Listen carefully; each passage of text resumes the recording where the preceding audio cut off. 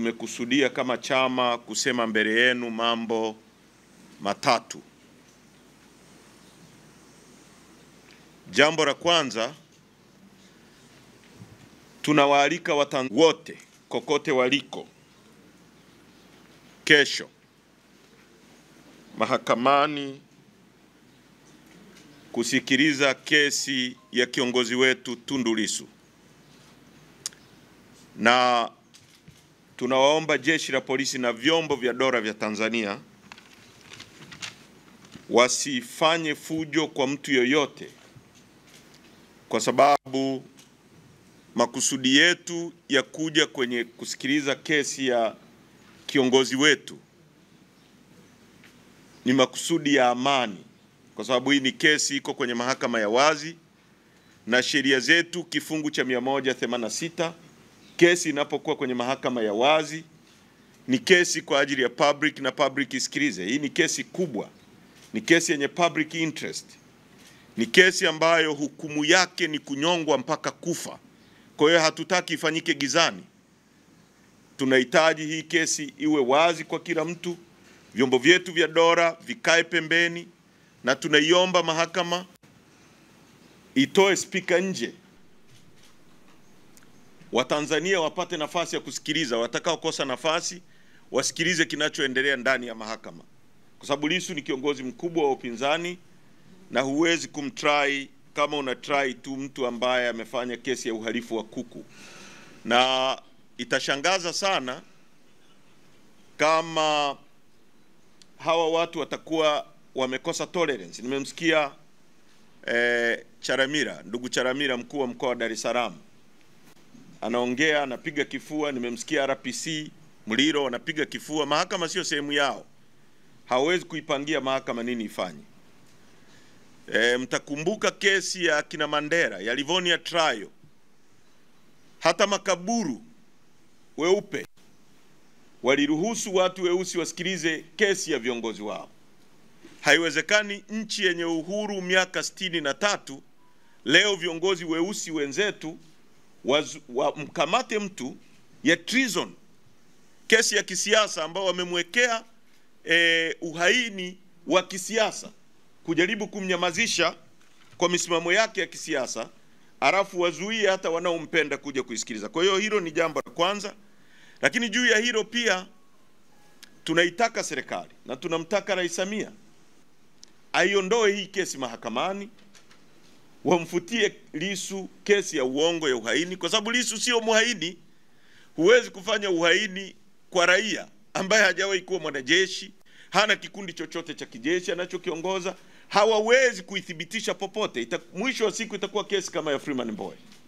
Na ni ajabu kwamba hii kesi iondolewe mahakamani, Lissu arudi mtaani, tuendelee na shughuli zetu kama zilivyopangwa. Kwa hiyo hilo linahusiana na kesi, na tunasisitiza wanachama wetu na Watanzania wengine wote waje mahakamani. Jambo la pili ni operation yetu ya no reforms no election. Bila mabadiliko hakuna uchaguzi. Itaendelea kama ilivyopangwa kuanzia tarehe 3 mwezi Mei, na tutakuwa na timu mbili kama zilivyokuwa awali. Timu moja itaongozwa na katibu mkuu na timu nyingine nitaiongoza mimi. Tutaendelea na operation kuanzia kanda ya kati, kwa maana ya mikoa ya Morogoro, Dodoma na Singida kuanzia tarehe 3. Baada ya hapo tutaendelea na mikoa ya kanda ya magharibi, Katavi, Kigoma na mikoa mingine ya kanda magharibi. Na katika hilo tumeona dalili za kuanza vitisho. Katika kujaribu kuzuia operation hii isiendelee. Ndio kama kile kilichojitokeza jana, ambapo sisi tuliandika barua tarehe 16 ya kuwataarifu polisi juu ya mikutano yetu. Tumefanya maandalizi kwenda Kariakoo kuzungumza na Watanzania ambao pia wengi wana matatizo. Tulipofika eneo la mkutano, polisi wakaja na barua kutuzuia eneo la tukio. Tumewapelekea barua siku 6 zilizopita Jana tarehe 22 tukiwa kwenye eneo la tukio, wanakuja kutuzuia, wamefanya fujo, wamenikamata mimi, wamekamata walinzi wangu, wameondoka na sisi, mimi na pamoja na katibu wa Ilala Elizabeth Mambosho, wamezunguka na sisi kwenye gari. Wametuambia kwanza tumeenda kituo cha polisi Msimbazi, wametuchukulia pale kwenye gari ya Hilux. Wametoka na sisi, wamepita, kulikuwa na jam sana. Wakatuelekeza kwamba wanatupeleka kituo cha polisi Central. Tumefika Central, wakakunja, wakaingia barabara ya mwendo kasi. Tumekwenda mpaka Kisutu, wakaoda ving'ora vyote vya magari tulivyokuwa navyo vizimwe. Tukashika hiyo barabara ya kuja kama tunakuja Jangwani, tukapita kwenye mwendo kasi. Nikajua labda wanatupeleka Mburahati. Tumefika Magomeni hapo, wakakunja, tukaingia kama tunakuja makao makuu ya zamani Kinondoni. Wakaingia Mwananyamala, wamezunguka na sisi, wamekuja kutudrop saa 2 usiku barabarani.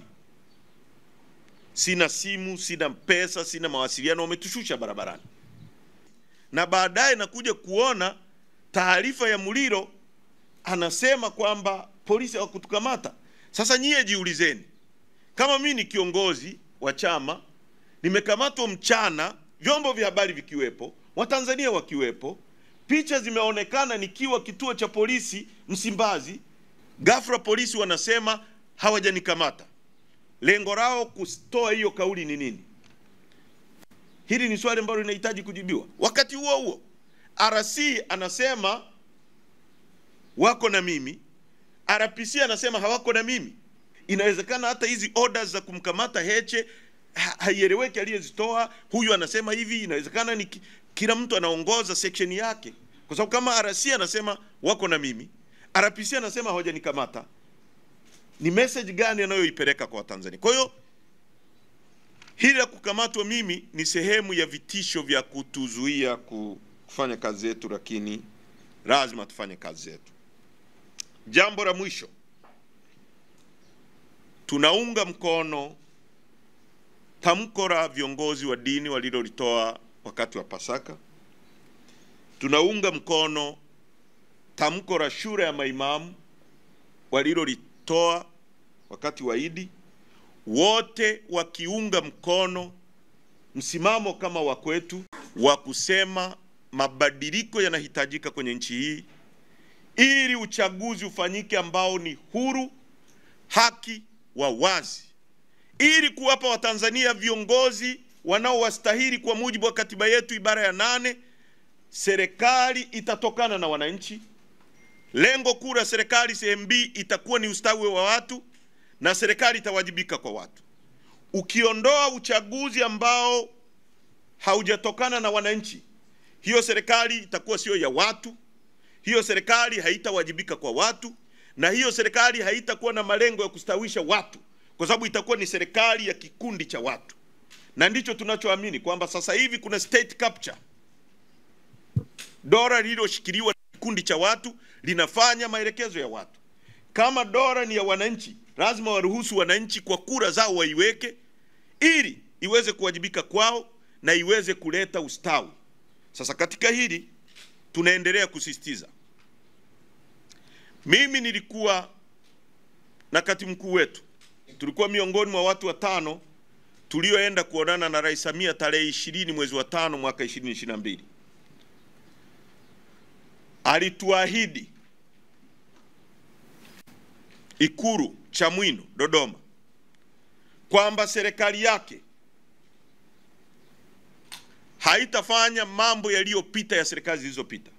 Hii ni ahadi ya rais, na aliposema kwenye 4R yake mojawapo ni resilience, reform, rebuild. Anaposema rebuild, ina maana anatambua kuna ujenzi uliokuwa umefanyika, sasa umebomoka, anataka kurebuild. Resilience, kuvumilia. Kikuu cha upinzani, chama kinachoungwa mkono kuliko vyama vingine vyote nchi hii, chama chenye mtandao pengine kuliko CCM, kwa sababu ukitoa mtandao wa kiserikali wa CCM haina competition yoyote na sisi. kwa wananchi, kwa sababu sisi tunaungwa mkono na wananchi ambao ni organic. Ndio maana ukienda kwenye mikutano ya CCM utakuta wana CCM wanahutubiana. Actually wanapaswa kufanya vikao vya ndani, kwa sababu wanasomba watu kutoka Tarime, wanawaleta Bunda, wanahutubia. Wakienda Tarime tena wanasomba hao wa Bunda waliowahutubia jana, wanapeleka Tarime. Wakifika tena Tarime wanasomba, wanapeleka Serengeti. Sisi tunahutubia watu wa eneo husika pale tunapokuta organic. Hakuna chama kinachokubalika kama sisi. Ni chama kinachochangiwa na wananchi. Wewe ukizungumza kuhusu resilience, rais anapaswa kuwa na resilience na uvumilivu. Reforms ni hoja yake ya reforms ambayo alituahidi tarehe 20 mwezi wa 5 Ikulu Chamwino Dodoma. Leo tunadai reforms, tunawekewa kesi ya ugaidi. Kwa hiyo sisi tunaunga mkono walichokisema maaskofu, na niwakumbushe wa Tanzania, hawa watu hawawezi kuaminika kwa kauli tu. Lazima walete reforms za maandishi, za kisheria na za kikatiba, ndio wataaminika, na tuwe tayari kwa kweli kusimamia. Hatuhitaji nchi hii iongozwe kwa dhamira ya mtu. Tunahitaji nchi iongozwe kwa sheria na tuzisimamie sheria. Kama mnakumbuka, tarehe 5 mwezi wa 3 2024, aliyekuwa makamu mwenyekiti wa CCM Bwana Abdurahimani Kinana akiwa kwenye mkutano mkuu wa ACT Wazalendo. Sasa nawaomba, kwa sababu haya mambo yako kwenye public domain, mzichukue mnukuu kwa usahihi. Na ndugu zangu waandishi wa habari, hii ni nchi yetu. Mkiwemo nyie mnahitaji kuishi vizuri, tuna resources za kutufanya tuishi vizuri wote. Hii vita sio ya Chadema, ni vita yetu sote. Ndio maana tunaomba mashehe, maaskofu, NGOs, waandishi wa habari, everybody aje on board kupigania nchi ambayo inaongozwa kisheria. Kuna watu walikuwa CCM wanafikiri wako salama, leo wanapotekwa wakina Deus Soka. Tunazungumza mjumbe wa mkutano mkuu wa CCM kutoka kule Tarime ametekwa. Kwa nobody is safe katika mazingira kama haya. Kwa na washauri na nyie mnapoenda, mchukue hata hizi klipu zao, mziunganishe na matendo wanayoyafanya leo. Abdurahimani Kinana akiwa kwenye mkutano wa CCM alisema vipi? Kwenye mkutano wa ACT Wazalendo tarehe 5 mwezi wa 3 alisema, na nukuu kwa kifupi, kwamba uchaguzi wa nchi hii wa serikali za mitaa hautakuwa kama chaguzi zilizopita, na akazitaja kabisa kwamba hautakuwa kama uchaguzi wa mwaka 2019 na 2020. Na akasema watu wana haki ya kutokuamini maneno ninayoyasema kwa sababu ya kile kilichojitokeza kwenye uchaguzi wa 2019 na uchaguzi wa 2020. Akasema hayo hayawezi kujirudia chini ya Rais Samia. Nini kilichojitokeza tarehe 27 Novemba ya mwaka jana? Kwa mujibu wa Waziri Mchengerwa, walikata, yani waliondoa wagombea wa upinzani 12,600. Na unapozungumzia upinzani nchi hii unazungumzia Chadema. Ndio chama chenye mtandao wa kuweka watu nchi nzima. Kuna vyama hapa ambavyo hata ukiwaachia Dar es Salaam hapa hawana uwezo wa kufiri wagombea udiwani tu hapa Dar es Salaam. Na vipo vinapiga kelele kweli kweli. Ukiondoa Chadema kuna vyama havina uwezo wa kufiri wagombea udiwani Dar es Salaam tu. Achia majimbo. Tukienda kwenye uchaguzi bila kuwa na Chadema kwenye nchi hii, ndio maana unasikia wengine wanasema hameni mje huku, kwamba unaunda chama alafu unataka watu wengine ndio wahame uje usimamishe kama wagombea. Hawajui etiquette zako, hawajui mnachokisimamia, hawajui mnachokwenda kupigania. Unapokwenda mbunge unapaswa kuwa na msimamo wa chama chako, kwamba sisi, kwa mfano sisi ni chama kinachoamini katika people's power, kwamba tutashika mamlaka ya umma, tutatumia rasilimali za umma katika kuendeleza watu. Tutajenga upya viwanda vyetu, viwape vijana wetu ajira. Tutahakikisha madini yetu ya chuma hayauzwi kwa Wachina na wazungu na Waarabu bure. Tutahakikisha bandari zetu zinasimamia maisha yetu. Sasa unapoita watu waje kwenye chama chako, hawajui unasimamia nini, hawajui unataka kwenda kwa wapi. Sasa unataka kutengeneza chama cha vipi hapa? Kwa ndugu zangu, nimetaka niliseme hilo ili tujikumbushe kwamba hao watu hatuwezi kuwaamini kwa maneno tu. Tuna insist kwamba mabadiliko ya sheria, mabadiliko ya kanuni, mabadiliko ya kikatiba, ili twende kwenye uchaguzi ambao ni huru na haki. Wewe fikiria hao watu wanaleta kanuni ambazo zinasema wakara haruhusiwi kuingia kwenye kituo cha kupigia kura na simu. Wakara ni representative wa mgombea, sio wa serikali wala wa CCM wala wa tume. Wakara na ni represent mimi. Kwa mfano mimi Tarime nagombea na vituo 492. Badala niwe kwenye kila kituo naangalia matokeo yangu, sina uwezo huo. Mimi sio omniscient, naweka mtu kwa niaba yangu. Napaswa muda wote nijue nini kinaendelea, maboksi yamefika.